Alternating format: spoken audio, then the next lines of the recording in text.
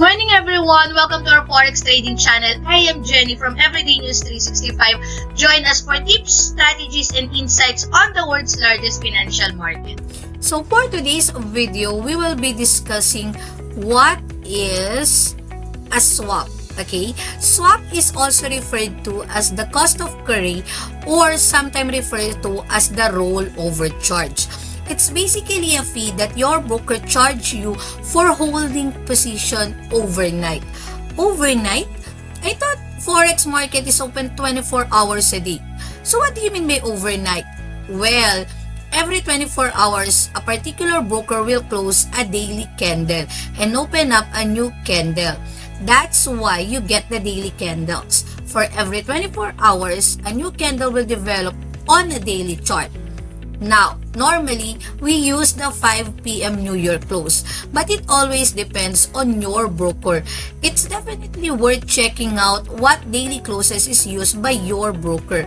And therefore, there is a chance that you may be charged a price for the opportunity of holding a trading position overnight through that 5 p.m. New York close.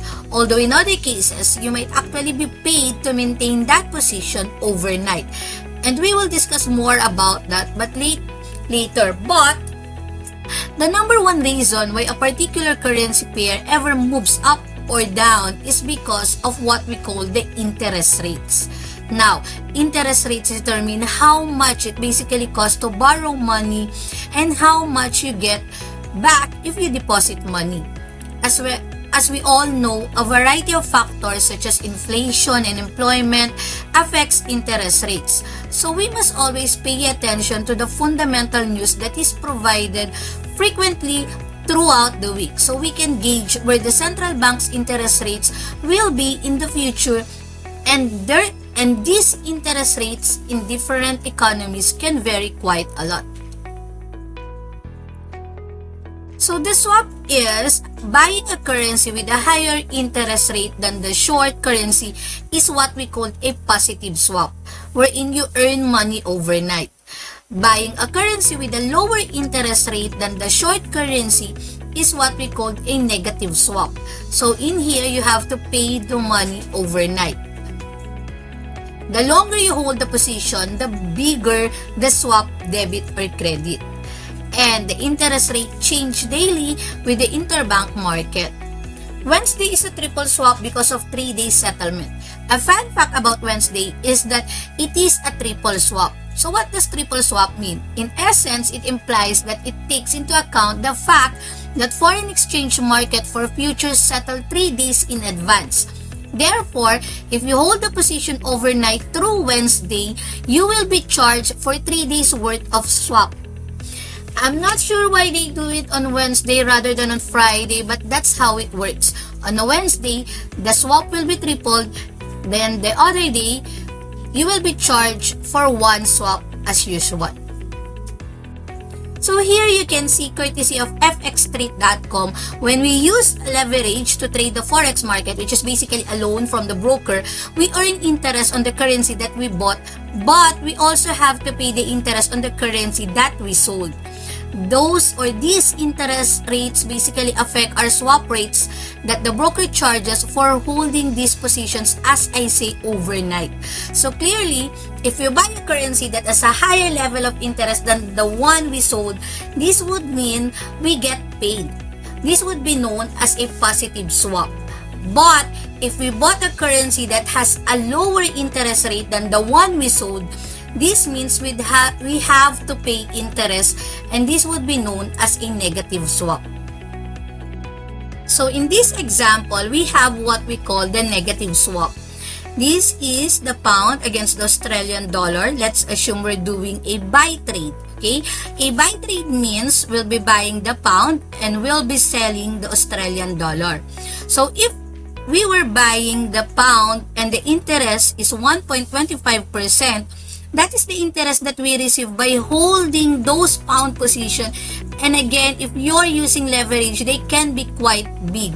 So, you're receiving 1.25% interest on the British pound that you hold.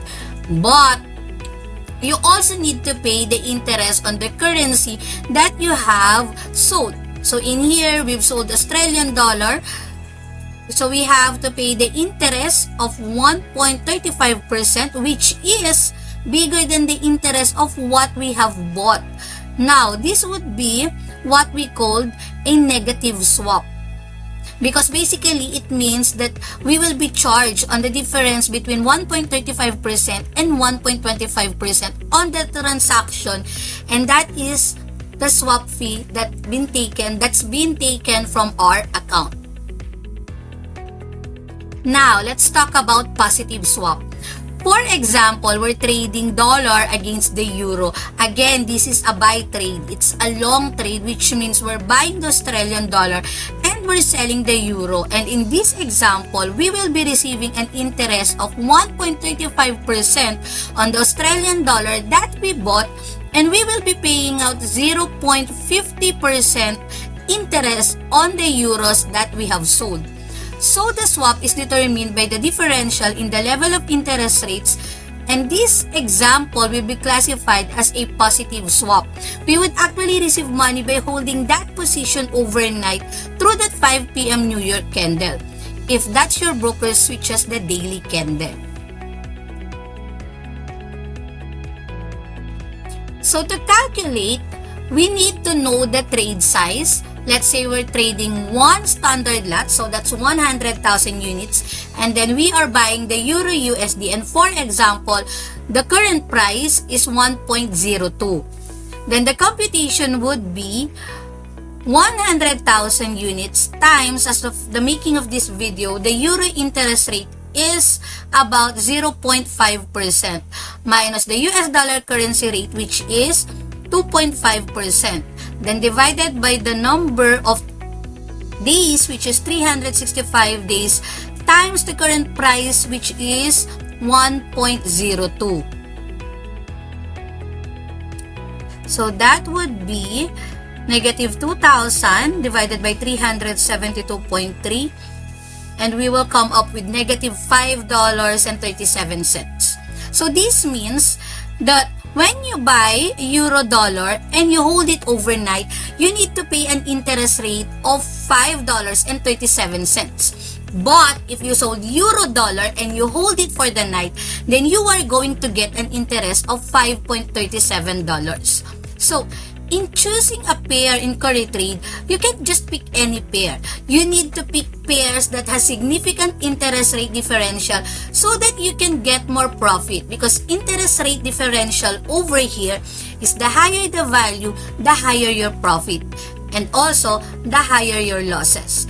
If you know how to use the curry trade properly, it can be quite rewarding, and extreme patience is the key to success.